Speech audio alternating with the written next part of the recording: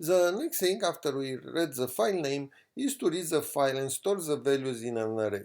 And sure, we'll have two informations to store. First of all, we need to store how many elements are in the array, the first value from the text file, and then we need to store all these arrays. The first value is a whole number, so we'll keep it in an integer, and the rest of the values are in thousands, so they are doubles because they have decimal part. So we'll have an array of doubles and the whole number. And let's start by declaring number of years. This is what the values are. They represent the production quantity in various, how many units were produced in various years, in thousands. And um, we'll initialize from the file, and then we'll have an array of doubles that will be production quantity, number of units produced in that period. And um, in this we'll keep the values, but we like to read these values from the file. And because we want to read them from the files, we'll need to create a scanner to read from the file. So we had the keyboard scanner, we'll also need a file scanner. And let's create a file scanner. And this will be a new scanner, and here we want to read from a file, and as we did before, we'll say new file, and we'll provide the file name this time for this new file to create to be able to read. And as you remember, we have this exception possible in that the file name that we provided was not correct. And what we did before when we had such a situation was to give an error message and to finish the program. So if the name is not correct, we'll just write an error message to the user, and we'll finish the program. The file name does not exist.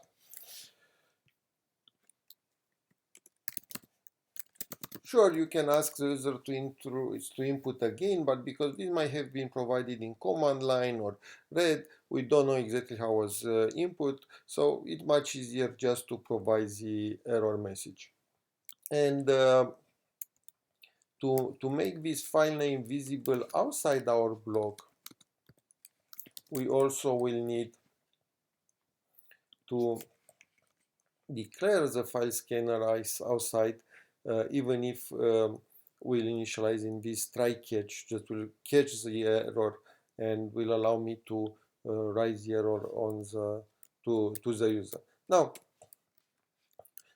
we have now a file scanner, and what we like to do is to read from it this information.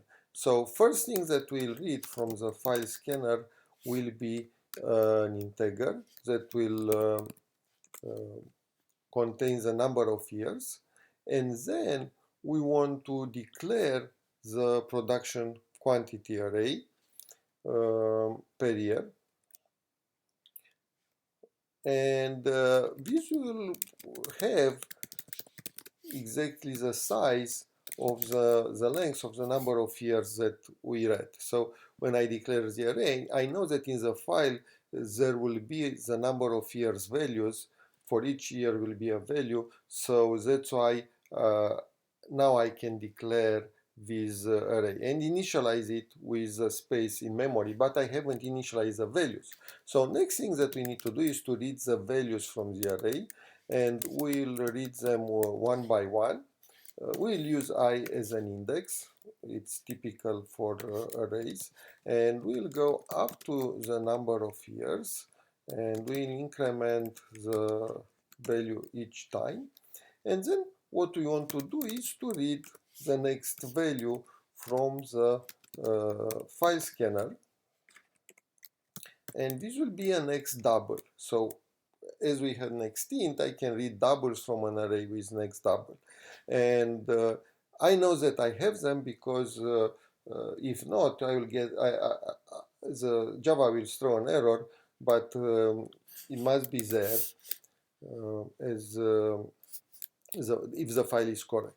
So I know that I will have all these values. Now let's debug the program, and again I will put here because we haven't printed yet anything, so let me put just the beginning,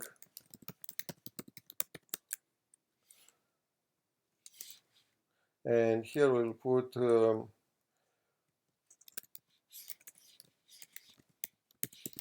production quantities for and I will print with format because I want to put the number and years, and the number of years, I have it in number of years.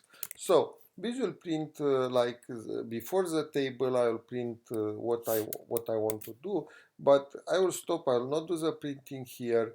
I just wanted to write a print command so I am able to put a breakpoint.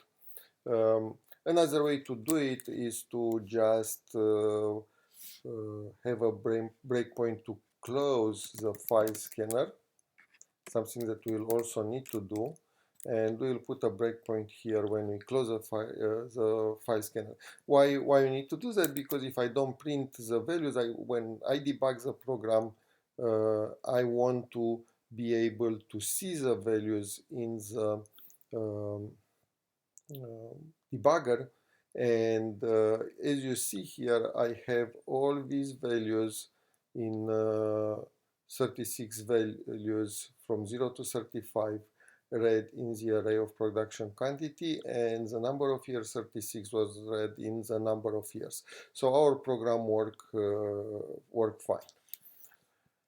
And we can switch back to the Java view.